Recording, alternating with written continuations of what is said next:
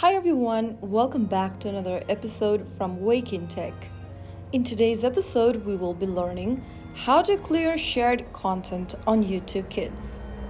To clear shared content on YouTube Kids, launch open the YouTube Kids application on your mobile device, and then from the home page, go ahead and tap on the gear icon at the top right corner. Enter your parental passcode or solve a simple math problem to open up the settings menu. Once you're inside settings, go ahead and select your kids profile under My Kids and enter your Gmail account's password associated with your account. And once you are done, this will open up your My Kids tab.